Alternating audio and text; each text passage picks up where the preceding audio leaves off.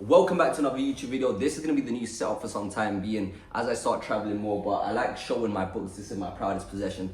And you guys know whenever I jump on these YouTube videos, I pour my heart to you guys, and I feel like I'm having a coffee. Let's just say we're having a little el cafecito que nunca falte. For those of you that have been following me on Instagram, this is what we're having right now. El cafecito que nunca falte. Even though today I'm having a monster, I'm not promoting this shit because this shit ain't good. But today I said, you know what, I need a little bit more of it. I need a bit more energy. So this is how we start off the YouTube video. And it's crazy because the way I'm feeling right now, I feel so great. And it's crazy because I've had a series of events even prior to me making this video. I was meant to go to the gym. We've had some unforeseen occurrences happen, so I'm doing this video now. And I look back on how I would have reacted to that situation and the way that I am reacting to it now. I'm a completely different person in terms of behavior. Now that's a very important thing because this is gonna get into the whole topic of this video is one comment or one sentence that I've never really liked is you have to be realistic. Now, let me go back to the point. This week, there's been a lot of things that are going against me. And before, I'd be so upset. I'd be this victim and I would act how upset felt like at that moment. So guess what? This is my stasis. The moment my emotions went up because I'm a very emotional person. So I'll start acting based on this emotion. And once that emotion now decides to come back down to stasis, back to normal, once I came back to, let's just say, how I normally feel, then guess what? Throughout all of this time, it's created a build-up of what? Of shame and guilt. And then when you come back down to stasis, now you go to the future, like, why did I do? You go back to the past, which you end up regretting, why did I do this? Why did I do that? Which ends up being a vicious cycle where you expend so much energy and you end up going nowhere. And when you get to the point of stasis, you end up going lower again to the past, regretting everything that you've done.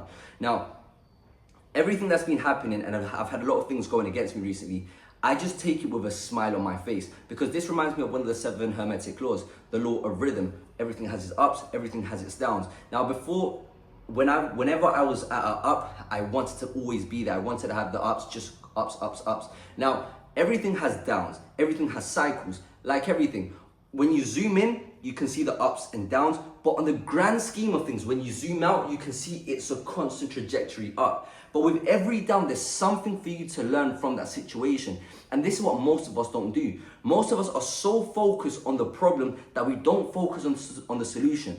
And this is why every problem that you have in your life, it is not a problem, it is an opportunity. But you guys are so focused on the problem that you see no solution. But when you focus on the opportunity, all you see are solutions. That's why when I speak to most of my students, every time they speak about a problem, I don't see a problem, I see an opportunity because my perspective has shifted from everything that I used to see before to everything that I see now. You can see the negative, you can see the positive, and this is how you reframe your mind, which is something I'm going to speak about today.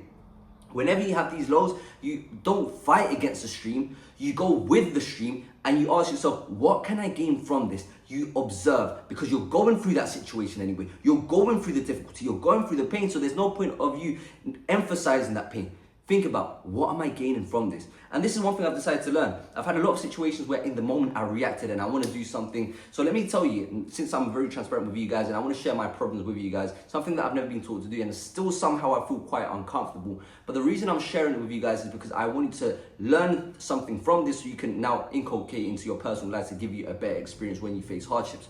So as you guys know, I have a coaching business and I help scale personal brands. So I've got my fitness and mindset coaching and I also help scale personal brands the same way that I done it. If you have an area of knowledge which you manage to overcome, and I've said this before, you are someone selfish if you don't share it with the world. Why? Because the content that I'm giving you today, you benefit from it. So if you manage to overcome a situation, now the information that you know today is the information your younger self, the person who's going through a situation, wanted to hear. Which is why I share this with you, because I didn't always think like this. There was moments where I doubted myself, where I had all this self-sabotage. It took me a lot of work to get to where I am now, which is why I freely share it with you guys on these platforms. Now, this is what I help do. Someone reached out, they wanted my service, I gave them the service, they were very happy with the service, and guess what? This is why I'm a man of value, I'm a man of principles. I'm someone who takes respect very seriously, I take my principles very seriously, and I take honesty very, very seriously. Now, the thing is, you need to understand that not everyone thinks and acts alike. And it was my fault to think that everyone does. That was a rookie mistake. So this is where I learned from the situation. Now, bear with me. What ended up happening? He ended up doing a chargeback where I didn't realize where he's a client from US. Is an instant chargeback. So they took $997 just like that. Now, it's not so much the money that bothers me. It's the principle. The principle that at the time of conversing, everything went well and there was no reason for that to happen. So at that time, I was so upset. I felt so disrespected. How can he do that to me? I didn't do anything wrong. I gave him the best service. I always do the best. Why would he do something like this? He hurt my ego. At the moment, I did feel very disrespected and I wanted to lash out and cause a reaction. Then I realized, what am I going to gain from this? Then I realized I'm not going to gain nothing out of this. So let me cool down. Let me get back to my stasis and think on the matter again. Because all the time before, I used to act based on that emotion and it will get worse and then I'll enter shame and guilt. And as you guys already know, where's my other phone? My other phone is somewhere there. Where shame and guilt is the lowest frequency you can live on. It's a low frequency state. That's when you see everything negative. That's the contraction phase. Now, when you have that, you have this buildup of energy and emotions. Now, energy can't be destroyed. You have one of two choices. You have to transfer that energy. You transfer it in and you feel to break out. You start crying. You don't know what to do. You feel overwhelmed. Or you expend it. You start becoming abusive. People end up hurting other people physically. Or what do? You end up going to vices, you end up smoking, drinking, you find an escape, you go enjoy that moment, and then when you come back to reality, you feel shame and guilt again, and the whole cycle repeats itself, which is why it's called an addiction. Now, at that moment, I came back to my stasis and I thought about the matter. So what he had done, he's done a chargeback, he stopped responding to my messages after trying to communicate. Then he realized, actually, his service is so good that I want more. Then what he ended up doing, he ended up messaging me again. He sent me an email, he sent me a DM, he got a virtual assistant to message me that he wanted to jump on the service because he wanted to continue coaching. Now I found that even more of a disrespect because he tried to lie about the matter that he didn't do a chargeback when evidently he did. He said he was going to call to cancel it. He didn't cancel it. Long story short, we went back and forth and I was just tired of the whole situation. I said, you know what? I don't want to do this anymore. And basically, he blocked me on all social media, which I am going to do a video of this on Instagram for the simple fact that I want to create awareness that, first of all, don't trust and listen to everyone that you see on social media preaching that they do this discipline or they do self-development or they praise God. For those simple reasons that many people speak, but not many people talk the talk, but not many people walk the walk. Which is why I show my everyday with you guys on Instagram, on my stories, on my YouTube videos. I try to become as personal as possible because the most important thing for me is trust. And many people think that trust is easy created, but no. Trust is something that takes a long time to build, but it takes a very short time to break. And at that time, I felt like my trust was broken. Now, anyway, at that point, when all of this happened, that created a frustration in me. Now, going back to the point where before I would react to it in a different manner, the way that I reacted to it now is something that back then is something that I didn't have. Now, the reason I want to talk about this and how this is going to link to your reality is that my old self, my old actions, my old habits create the life that I was living. That was my reality. And now the person that I am today is a byproduct of my actions, which are habits, which has created the new reality, the way that I act, which has created a whole new different reality in all aspects. Now, my family growing up in a scarcity household, I remember my family have never believed in change. My family used to say, no one can change, it only lasts so long.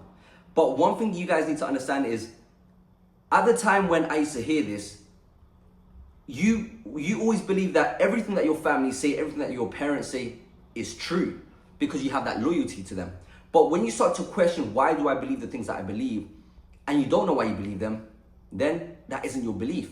Then I start to think, that statement of not many people can change or no one really changes, that is because you're condemning someone to be. Now, you are saying that someone's identity is this, is that, and they're going to be like this forever. But what is reality? This is the thing. So why do some people have a reality of abundance? Why do some people have a reality of the life that you want to live, but you don't have that reality? They're both equally someone else's reality.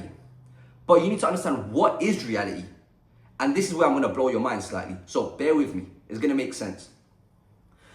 Reality is not something that you just randomly attain, you go pick it up from the store and it's something that you have forever. That's not what reality is. A reality is an equation. An equation of what? Reality, bear with me, have some patience. Reality equals habits that stem from actions that stem from your thoughts. So your thoughts, your inner world creates your external reality. Bear with me, this sounds so complex. It sounds like some Spider-Man 3D dimension shit, but it's not. Bear with me. Now, this reminds me of, well, this doesn't remind me, this is the first law, the law of mentalism. All is mind. Everything begins in the mind. So you might have to replay this part again. Everything begins in the mind. Your reality is created by your thoughts, your habits, your inner world, and your inner world creates your reality. Let me give you an example. Everything starts in mind, right? This phone, this light, this TV, this building. Before it could ever become something materialized, something that I'm touching, someone had to have designed it. Someone had to first create it in the mind. I can envision this building happening. Maybe in their mind when they first started off, they didn't envision it exactly like this, but they had a base idea of what it'd be like, and it was somewhat similar. So first they had to convince themselves that this could happen. If not, you would never go ahead and take the first step. Let me put it simply in other terms. When I wanted to get in shape, I was very skinny, very insecure, and I wanted to get in shape. And I always knew going to the gym was the answer. But why didn't I ever go to the gym even though I knew it was the answer? Because I didn't believe I could do it. I had to convince myself first. I had to plant that seed in my mind. But it's only until I sat down and asked myself, can I actually achieve this? Yes, but how did I even get to the yes? The way that I got to the yes is when I asked myself, has someone else done it? If someone else had done it, that was already enough proof that I could do it. It wasn't if I can do it, it's how can I do it? Now, if someone else done it, their reality, that isn't an equal equation, a byproduct of their habits, actions, and thoughts. So again, they first had to, how did they convince their thoughts? Well, they saw someone else done it. It's a chain reaction. So now that I know that someone else can do it, I look at the actions. What are they doing? So they go to the gym, they eat right. This is the thing. So now I know that for me to create this body that I want, I have to go to the gym consecutively, and then within time it becomes a habit, and then within time it becomes a result. But what ends up happening the most is once you start, you go to the gym because you have this vision. Then as you go along, you have this halfway point where you're putting in the work, you don't see results, then you start to get these doubts, you start to get overwhelmed. And then that's when you get this anxiety of the projection of the future because you don't know if it's ever going to come about. But the question is, the doubt is not if it's going to come about, the doubt is if you're going to stop taking action that's going to create this reality. So to take away your anxiety in a second, the light just died. To take away your anxiety in a second, just ask yourself, am I going to stop taking the actions that's going to give me the result? If the answer is no, then your anxiety goes like this. Ask yourself, what is this thing that's causing me anxiety? I don't know. Am I going to pass my university degree? Am I going to do this? Am I going to do that? Control the controllables. You can't control the outcome. Now ask yourself, am I going to continue taking the action that's going to give me the result? If the answer is yes, your anxiety will go. The thing is, oh, I don't know if this outcome is going to happen. I want a guaranteed outcome. I want to know that this is going to happen for sure. You don't even know if you're going to wake up tomorrow. That's the only guarantee. But the reason you start having these doubts is because that vision starts to fade. That belief starts to fade. That's why you need to recalibrate and refocus. The very reason why you started, because the reason that you started is because you had that mental image in your mind. Now, this is why the Bible says, those that have faith of a mustard seed can move mountains. Bro, a mustard seed is like that big to move a mountain. Now, you need to make sure that that faith is constantly there, because faith makes you believe in something that you cannot see, but you can see it in your mind. And at that point, you reassure it with the action that you take. You consistently take the action. The same way the person that wanted to design this, maybe in their mind it looked completely different, but they started taking the action. But they started to have these doubts, but they said, no, I see it, I'm gonna make it work. Then they realize, oh, maybe the walls can't be like this, I need to restructure and do this. But they constantly have this vision that they say that they're gonna make it happen, and eventually, with constant action, with constant learning, then eventually they create this building, they create this phone, you create the physique. That's why you don't convince anyone else, you have to convince yourself, because your reality is created by your inner world first, which is why your external reality is a complete mirror of your internal reality. Does that make sense? So you have to convince yourself first, then eventually turns into action, which turns into habit, which turns into reality. Which is why when my family used to say, oh no, you have to be realistic. Because we've come from a place where this is something that, I don't know if my family's gonna watch this video, but it's the truth. All of our life, we've just been living paycheck to paycheck, and every situation was hard. And whenever you thought about like in having a life of abundance, the first thing that I would hear was, now you have to be realistic. Now this comes from scarcity, which I understand. From experience, you've never seen anything else. It's like, imagine you go to a gym and everyone is lifting 60 kilograms. Now you can't expect to tell anyone there to lift 100 kilograms because everyone in this gym has only lifted 60.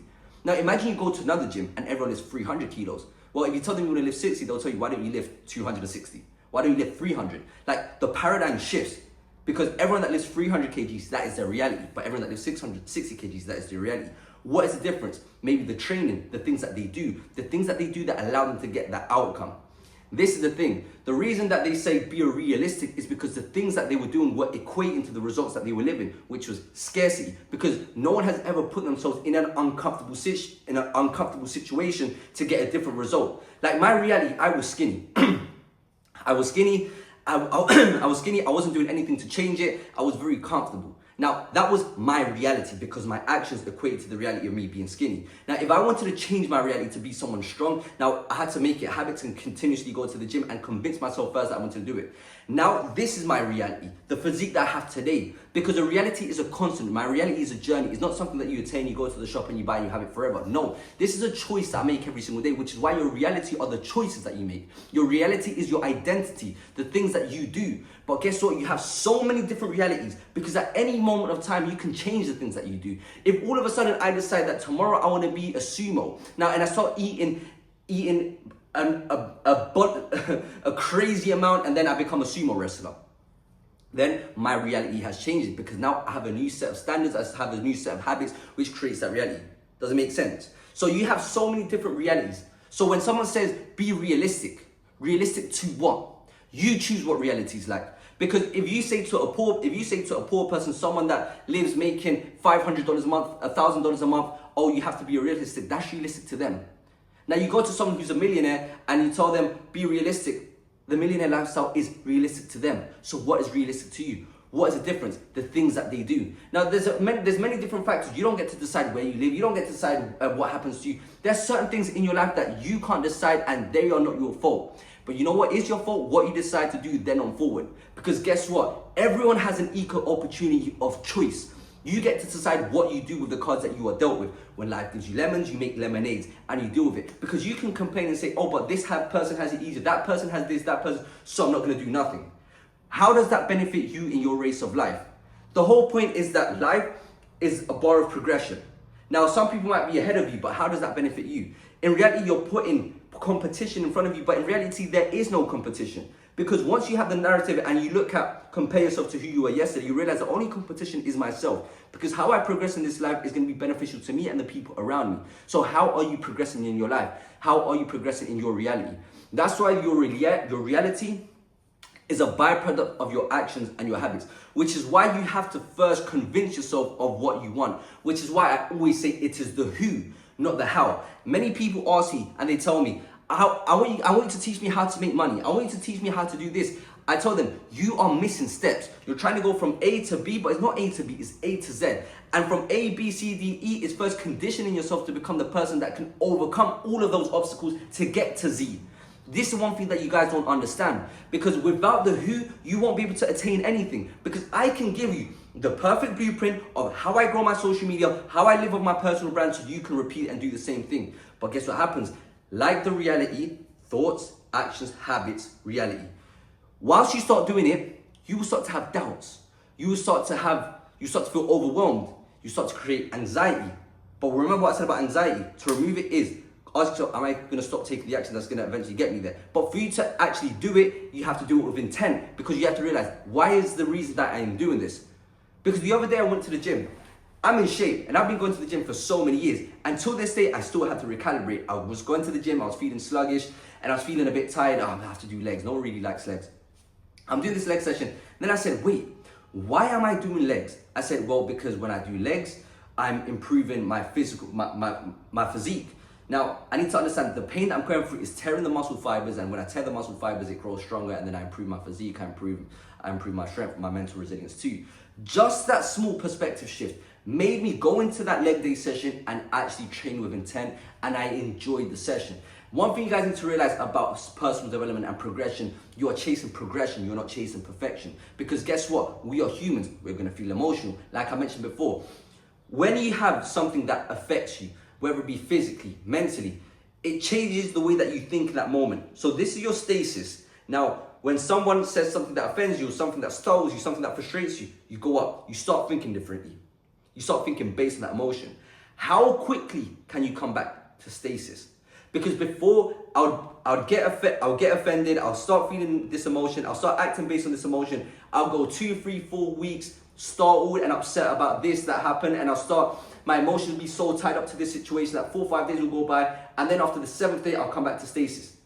And then I'll look back at what I have done, and nothing that was aligned with an outcome that I wanted. So I'll feel regret, shame, and guilt.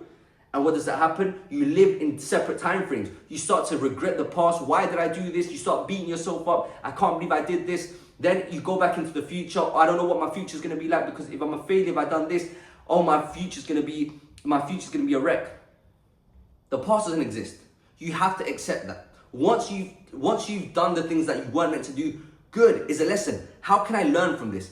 This is what most people don't do. They're like, I can't believe I've done that. And what do? They repeat it again. And they complain, why am I getting the same results? You guys are complaining about not getting the results for the work that you're not putting in. You have to be realistic, and that's when you have to make decisions. You have to make decisions with what you want. Because once you know what you want, once you create that mental image, you can take the actions. Most people go through their life creating an impossible equation. An impossible equation of, I want to be a jiu-jitsu fighter that knows how to do 7 somersaults and to do 3 backflips. That's one thing. And the other one, I want to be a pro swimmer that does this. I don't know. Now, what are you doing to attain any of them? Most of the time you're doing nothing. The reason I'm doing nothing is because I don't know which one I want to be. Well, fine, stay with the frustration for the rest of your life because you're not doing anything to attain it. Now, this is the problem. You guys just wish for things. I wish this, David. I want this. But dreams without works are dead. Stop wishing. Start deciding. But I want both of them. Okay, keep on wanting. Every wanting is a desire for you to be unhappy until you get that thing that you want. You have to do to get the wants. Now, if they're both going 2 different directions, it's like saying, there's one shop north, there's another shop south. Wait, north? Forgive me, I don't know. You get the point. There's one shop up here, there's one shop up there. You're in the middle. I want to go to this shop, but I also want to go to this shop. You're making your way here. But I want to go to the other one. I want to go here. I want to go there. I want to go here. I want to go there. I want to go here. I want to go there. So what ends up happening? You're using all of this energy going there that you're going nowhere. You have to decide. First decide, I want to go here first. Boom. Then I want to go here. Boom. That's how you end up making things happen. That's how you change your reality. The thing is, once you start doing things differently, you view it as a punishment. Things start to feel uncomfortable and you start to feel sorry for yourself. Why am I feeling this pain? That pain that you're going through is the pain of growth. Something that is uncomfortable, something that you've never done before, of course it's going to feel awkward. But the thing is, your ego is making you believe that you have to be great, that the whole journey is going to be amazing, and I find myself and I'm going to feel great. No, of course not. It's going to feel very uncomfortable. It's like learning a new language. It's like anything that you've done in life. Just look at the history of your life. Where was the point that you grew the most? When you were a child, you did not know how to structure sentences the way that you do now. You did not know how to articulate words the way that you do now. But guess what? As you grew and you started to make mistakes, you did not see them as mistakes. You saw them as just, I'm learning. This is normal. I need to do this. But once we get to around 16, 17, guess what we get? We get something called ego. We start caring about what people think. So we view mistakes as something negative. Mistakes are one of the best things that you can make. They are not mistakes. They are stepping stones for growth. Because with each mistake that you make, you learn something from it. But why do you even make those mistakes in the first place? Because it's aligned with this vision that you have of yourself. Remember, your reality is creating an equal equation, a byproduct of your habits, actions, thoughts. So that's why your thought has to be very clear with what you want. Then every day you take aligned action daily, which becomes a habit, which eventually creates that result. But the reason you don't see the result straight away is because, remember, like I said, the moment you start acting and behaving like the person in this reality, just give it time for the result to materialize. But what ends up happening is within time, you don't see the result happening yet. So you start to get doubt and you start acting differently. You start doing different things. You start taking the action that gives you the result. So you do different things. So you go back down to here and you're creating a completely different reality. So then you start thinking, why did I get this result? Because you're not doing the things that give you that result. That's why here on this camera, I speak with so much confidence that I know that I'm going to make $85,000 every single month and higher. Why? I don't care about the $85,000. Like I said, that's a byproduct. The thing that I focus on the most is the impact. Because if I was to sit here and think, oh, $85,000, oh, I don't have this now, I can't believe it, and I stop doing the things that are gonna give me that result, then guess what? I'm never gonna attain it. But if I continue doing the things with purpose, with intent, I have this vision so clear on my mind, then guess what? It has no choice than to materialize itself. That's why I love documenting, because I'm gonna have this here. And this is the same thing I told you guys. Your reality is a byproduct of your habits, actions, and thoughts. So whenever someone tells you, stop being realistic, ask yourself, what is realistic? What is the reality that I want? And how do you know you're in line with that reality? How you're in tune with that reality? Because the moment you act as if you are, you are. The thing is, how long can you stay on this line? How long can you convince yourself? The first thing is, before you convince anyone else, you have to convince yourself, you have to believe. You need to have faith. Both faith and fear require you to believe in something that you cannot see. And fear is still a degree of faith. That's Soonwa. If you enjoyed this video, comment down below what was your biggest takeaway. If you share it with someone that needs this, I'd appreciate it if you take a screenshot of this video, post in your Instagram story and tag me so that people can see this video that might need it, and I can also reshare it. And I appreciate the support. That's you supporting me. If you haven't already, subscribe. If you also want to join a lifetime access to like-minded people in a WhatsApp community, speak to me and ask me any questions one time a week during the Mindset Mastery Room. Click the link below, or if you want to work one-to-one with me, let me know. But with that being said, this video alone is shit that I wish someone could tell me, and I share it with you guys with so much love. I enter flow state, the light turned off, I don't care. Life's amazing, life's good. Whenever you have low moments, they are not low moments, they're just zoom out and see on the bigger picture of things. You're scaling up, but you have to continually take the action. What can I learn from the situation? This is Soonwa out right now. I'm kind of bulking right now, so this is why I'm looking a bit fluffy and I'm kind of tired, which is the very reason why I'm drinking this stupid nonsense, because my intention is to go to 73 kilograms. And I was weighing at 68, so I'm eating a lot of carbohydrates, which makes me very, very tired. And again, as you guys know, we don't miss, we adapt. Love you guys, let's go.